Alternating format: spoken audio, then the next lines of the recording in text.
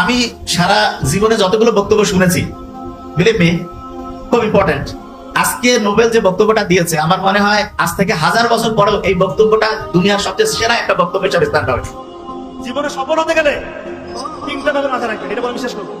তিনটা ব্যাপার ইনশাআল্লাহ, আপনি যে স্টেজের স্টুডেন্ট হন, আপনি যা চিন্তা করছেন আপনি সফল হবেন। এক নাম্বার, বাবা মার দোয়া নেবেন।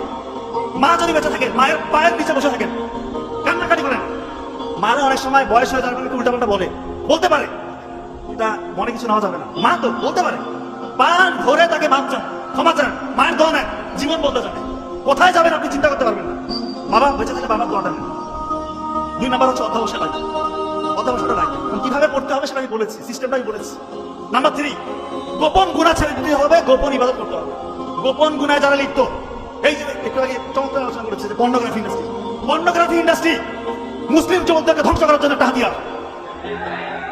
আজকে আমার কাছে হাজার হাজার পেশেন্ট ফোন দিয়ে কান্নাকাটি করে, স্যার কোনো উপায় পাচ্ছি না, কিভাবে কি চক্রে ঢুকে গিয়েছি, আজকে বেরোতে পারছি না। অসহায় স্যার, আমি অসহায়, মনে হয় মরে যাই। এমনও চিন্তা বিকৃত হয় যে তাদের এখন অপোজিট সেক্সের প্রতি আর আগ্রহ থাকে না, হোমোসেক্সুয়াল টেন্ডেন্সি চলে আসছে। পর্নোগ্রাফি দেখে থাকি। স্যার আমি চাই না স্যার ছেলে কেন ভালো লাগছে, ছেলে ফোন দিয়ে বলতেছে স্যার আমার অন্য একটা ছেলেকে ভালো লাগতেছে, কেমন কথা, কান্না করে, কোনো উপায় নাই।